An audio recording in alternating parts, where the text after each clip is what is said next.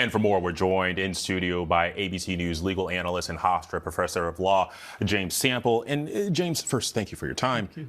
But I think, for starters, what comes next here in James's case? I think this case is going to be in essentially three separate cases. There's going to be the court of public opinion, and you saw Letitia James litigating in that court of public opinion today. You're certainly going to see that. We've already seen that from the president and the White House. Then you're going to get to a motions phase. The motions in this case, from the defense perspective, will involve whether or not Lindsay Halligan, the new U.S. attorney in the Eastern District of Virginia, was lawfully appointed. If she was not lawfully appointed, and that's a motion that James Comey has also filed, then it's possible that this indictment will be dismissed on that basis alone. She's also going to pursue a motion for vindictive or selective prosecution. Normally, that is a loser of a motion. It's a motion that defense counsel often file. Here, however, when you've got the President of the United States singling someone out, saying things in a press conference about that defendant, tweeting about her, all of that material, you have a kind of smoking gun that you normally would never, ever have.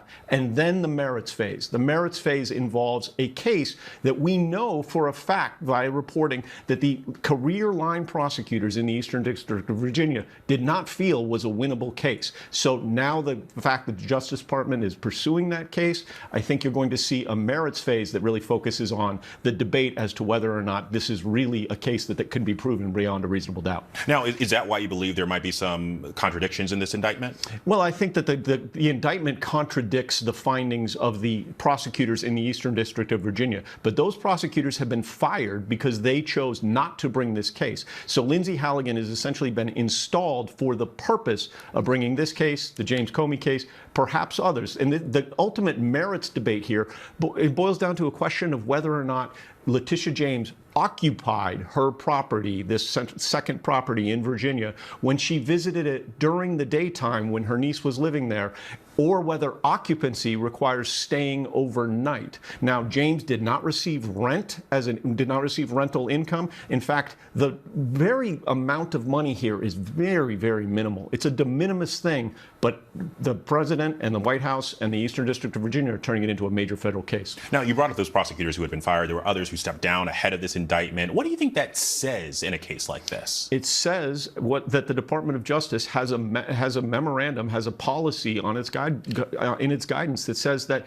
the DOJ does not bring cases unless there is confidence that they can get a conviction beyond a reasonable doubt. It says that the line prosecutors did not think this was a meritorious case. Now, we don't know if during the discovery phase, the defense counsel will absolutely try to get that memo. If they can get that memo, it will be unbelievably persuasive evidence to present to a jury and say, look, not even the prosecutors felt that they had a case.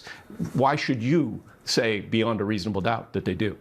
Let's take a look at this enemies list thus far. So you've got the AG, Letitia James. You've got James Comey. You've got John Bolton. I'm curious, crystal ball here. I mean, what do you think the chances are that any subsect or none of these cases actually make it to trial? I think that the John Bolton case is in a different category. There's more substance there. The indictment in the James Comey case, the indictment in the Letitia James case, if you sort of read them and compare them, if you blink, you might miss the indictment. That's how short they are. That's how thin they are. The one with John Bolton is a more serious matter. Now, it may also still be pursued because of retribution and because of revenge. There's not much question that it's also that, but it seems like there's at least some substance there. All right, Professor Sample, I appreciate your time. Thank you.